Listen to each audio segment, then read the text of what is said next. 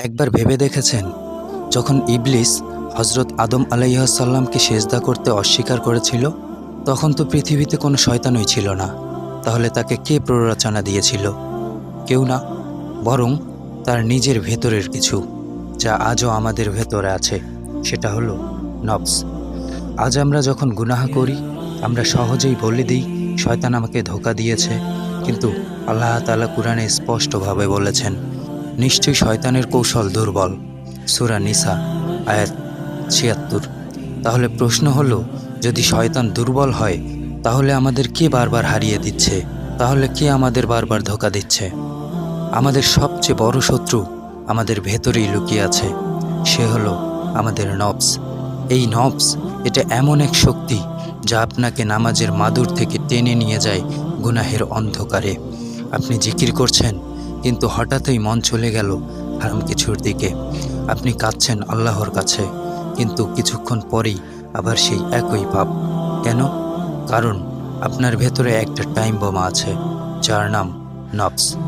আল্লাহ তাআলা বলেন, মানুষের নফস তাকে যে কুপ্ররোচনা দেয়, আমি তা খুব ভালোভাবেই জানি। সূরা কফ আয়াত ১৬। আরেক জায়গায় বলেন, নিশ্চয়ই নফস মানুষকে মন্দ কাজের নির্দেশ দেয়। সূরা ইউসুফ আয়াত ৫৩।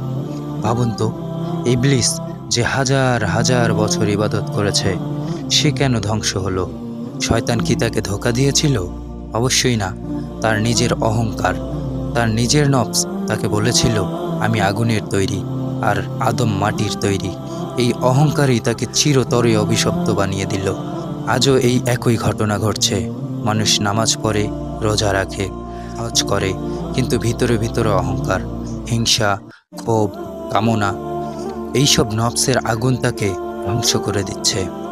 হাবিল আর কাবিলের ঘটনাটা আপনাদের মনে আছে? এক ভাই আরেক ভাইকে হত্যা করলো। কেন?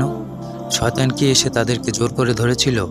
না, তার নিজের নফস, তার ঈর্ষা, তার ভেতরের আগুন তাকে ঠেলে দিয়েছে সেই ভয়ঙ্কর গুনাহের দিকে।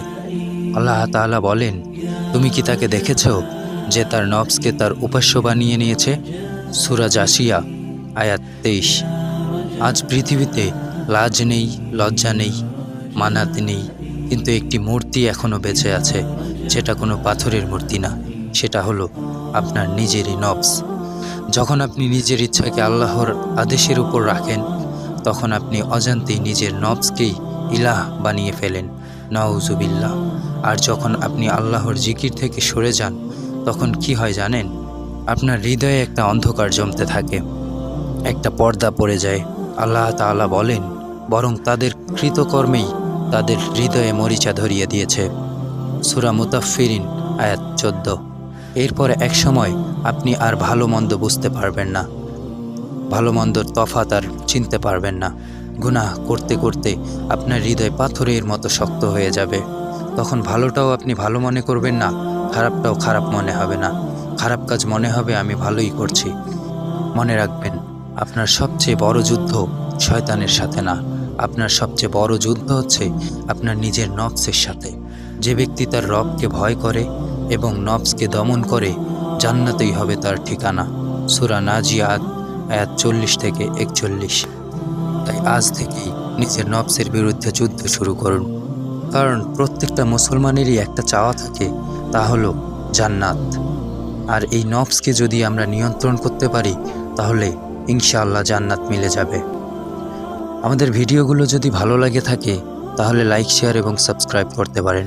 আসসালামু আলাইকুম ওয়া রাহমাতুল্লাহি ওয়া বারাকাতুহু।